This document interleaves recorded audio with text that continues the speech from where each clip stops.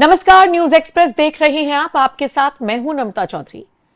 आज एक बेहद गंभीर मुद्दे पर चर्चा करने जा रहे हैं।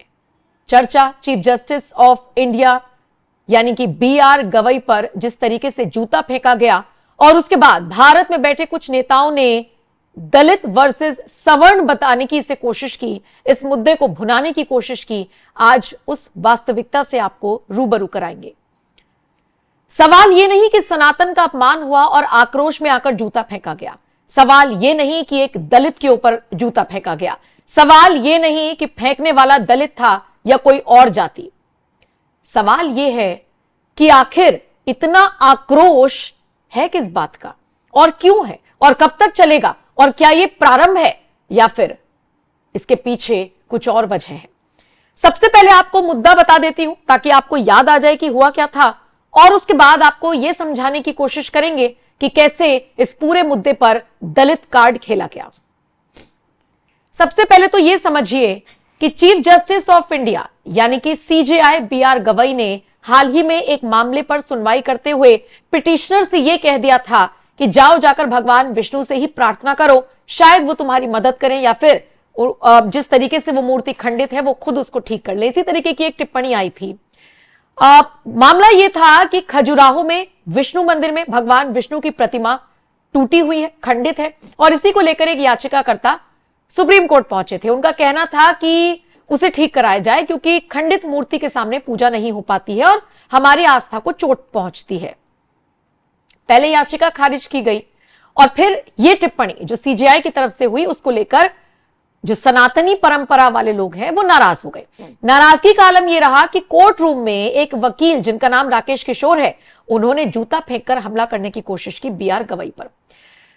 प्रत्यक्षदर्शियों का कहना है कि जब इस पूरे जूता कांड को अंजाम दिया गया तो जिस वक्त सुरक्षाकर्मी उनको बाहर लेकर जा रहे थे वो चिल्लाए और उनका कहना था कि सनातन का अपमान बर्दाश्त नहीं किया जाएगा। उसके बाद तमाम मीडिया हाउसेस राकेश किशोर का इंटरव्यू करने के लिए पहुंचे कि आखिर CJI गवई पर उन्होंने इस तरीके से हमला क्यों किया, जिसके जवाब में राकेश किशोर ने कहा कि उन्हें कोई भी पछतावा नहीं है। अब इसके बाद से नई बहस देश में छिड़ गई कि CJI की पोजीशन पर बैठे शख्स के ऊपर आखिर कोई इतना आक्रोशित होकर जूता कैसे फेंक सकता है। इस घटनाक्रम की हर किसी ने निंदा की, किसी ने भी इसे सही नहीं ठहराया, यहां तक कि सनातन प्रेमियों ने भी नहीं। उन्होंने यह नहीं कहा कि सब चीजें ठीक हुई, किसी ने ऐसा नहीं कहा। आक्रोश जताने का तरीका कुछ और हो सकता था। वो PIL फाइल कर सकते थे, वो किसी ने तो कहा कि वो इस्तीफा दे देते अगर उनको लग रहा है कि सुप्रीम कोर्ट में इस तरीके से अपमान हो रहा है, और बहुत सारे ऑप्शंस उनके पास थे बजाय जूता फेंकने के, और इसीलिए राकेश किशोर तभी से लेकर चर्चा में है। लेकिन इस पूरे प्रकरण के बाद एक और चर्चा उठी दलित कार्ड की। कहा गया कि CJI को सिर्फ इसीलिए टारगेट किया गया क्योंकि वो इस जाति से है। और उसके बाद जानते हैं जब राकेश किशोर के बयान वायरल होने लगे तो उनमें उन्होंने खुद से कह दिया, ना मैं पांडे हूं ना तिवारी हूं, मैं दलित हूं। यानी जूता फेंकने वाला खुद दलित निकला। अब सवाल यह उठता है कि जो लोग कल तक SC/ST एक्ट की दुहाई दे रहे थे, क्या SC/ST एक्ट लगेगा? जवाब है नहीं। और राकेश किशोर इसीलिए फिलहाल बाहर हैं। और ये जो दलित वर्सेस दलित खेलने की कोशिश कर रहे थे, और जब पता लगा कि ये तो भाई दलित ही जूता फेंकने वाला निकला, तो सौरभ भारद्वाज जैसे लोग और नेता ये कहते हुए नजर आए कि दलित वो था लेकिन मानसिकता उसकी वही थी। कुल मिलाकर देखा जाए तो सवर्णों को बदनाम करने की, जात पात में बांटने की एक बार फिर से कोशिश की गई कुछ राजनेताओं की तरफ से CJI वाले मैटर पर। विडंबना देखिए कि हमारे देश में इतना बड़ा एक घटनाक्रम हो जा रहा है कि CJI BR गवई पर जूता फेंकने की कोशिश की जा रही। और देखिए सबसे अहम बात समझिए आप,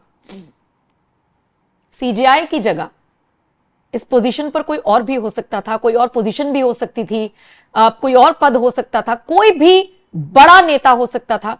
आक्रोश इतना क्यों है? और फिर इस आक्रोश को शांत करने के बजाय कैसे जातियों में बांटने का काम किया जा रहा है, यह हमें समझना होगा। कैसे इसको एक अलग रूप देने की कोशिश की जा रही है कि ये तो दलित वर्सेस और देखिए ना आप, अपर कास्ट को कितना ज्यादा टारगेट किया गया, लेकिन जब जूता फेंकने वाला दलित निकला तो सब चुप। जो 2-4 बयान आए उसमें यह कह दिया गया कि ठीक है, लेकिन मानसिकता वही है, मतलब कि ऊंची जाति वाली। और फिर यही बात कि ऊंची जाति ने तो हमेशा दुर्व्यवहार किया ही है। आपको अगर मैं उत्तर प्रदेश का आंकड़ा बताऊं, आपको जानकर ताज्जुब होगा कि दलितों पर अगर सबसे ज्यादा अत्याचार करने के मामले दर्ज हुए हैं, जो खबरें कोने कोने से निकलकर आती हैं, अगर उसके आधार पर आप देखेंगे तो यादवों ने सबसे ज्यादा दलितों को दबाया है। और ये बात अब दलित अच्छे से जानने लगे हैं, समझने लगे हैं। इसीलिए जो लोग बांटने की कोशिश कर रहे हैं, उनके बहकावे में आने वालों में ये नहीं है। रही बात राकेश किशोर की, वो खुद कह रहे हैं कि मैं जाति से ये नहीं हूं, ये नहीं हूं, ये हूं। और उसके बाद देखिए, हां, उन्होंने एक बात और कही कि मुझे कोई भी पछतावा नहीं है। उन्होंने ये भी कहा कि किशोर को गूगल करने की उन्होंने सलाह दी कि आप मेरे नाम को गूगल कर सकते। राकेश किशोर ने अपने सरनेम को गूगल करने की सलाह भी दी है। और ये वही राकेश किशोर है जिन्होंने सीजेआई पर जूता फेंककर हमला करने की कोशिश की थी। अब इस पर राजनीतिक और सोशल रिएक्शंस भी सामने आ रहे हैं। जैसे खुद रामदास आठवले जो केंद्रीय मंत्री हैं, उन्होंने इसे दलित सीजेआई पर जातिगत हमला बताया था, सख्त कार्रवाई की मांग की थी। सौरभ भारद्वाज ने राकेश को भक्तों का हीरो बताया था, जो दलित न्यायाधीश पर हमला कर रहा है, और उनके पड़ोसियों की शिकायतों का हवाला दिया था। और ऐसे में कुछ लोग सोशल मीडिया पर ये टॉपिक ट्रेंड करवा रहे हैं, जहां पर कुछ लोग सनातन रक्षा का प्रतीक उन्हें मान रहे हैं, जबकि कुछ लोग इसे जातिगत एंगल से देख रहे हैं। लेकिन यहां पर मोटे मोटे तौर पर आपको एक बात समझनी होगी कि सीजेआई पर जूता फेंकने वाला अगर खुद भी दलित निकला है, तो फिर इसके पीछे की जो दलित कार्ड वाली राजनीति है वो नहीं खेलनी चाहिए। और देखिए, कोई भी राजनीतिक दल हो, इस वक्त हम देख रहे हैं कि सबसे ज्यादा मुद्दा जाति को बनाया जा रहा है। हम देख रहे हैं कि बिहार में चुनाव है तो उसको लेकर कैसे मुद्दा उठाया जा रहा है और इससे जोड़कर देखा जा रहा है। और वैसे अगर आप बिहार का जिक्र कर ही रहे हैं तो यहां पर तो अगड़ों पिछड़ों की राजनीति की ही जाती है, फॉरवर्ड क्लास बैकवर्ड क्लास की राजनीति की जाती है, अपने पाले में सबको लाने की कोशिश की जाती है। और उन सबके बीच मुद्दा भुनाने की कोशिश है ये दलित कार्ड खेलने वालों के लिए। ये करारा तमाचा भी है कि जूता फेंकने वाला भी इसी समुदाय से निकला। लेकिन यहां पर बात जूता फेंकने, एक्सेप्ट करने, उसे रिजेक्ट करने की नहीं है। जो गलत है वो गलत है, और गलत को गलत कहने की क्षमता हर किसी में होनी चाहिए।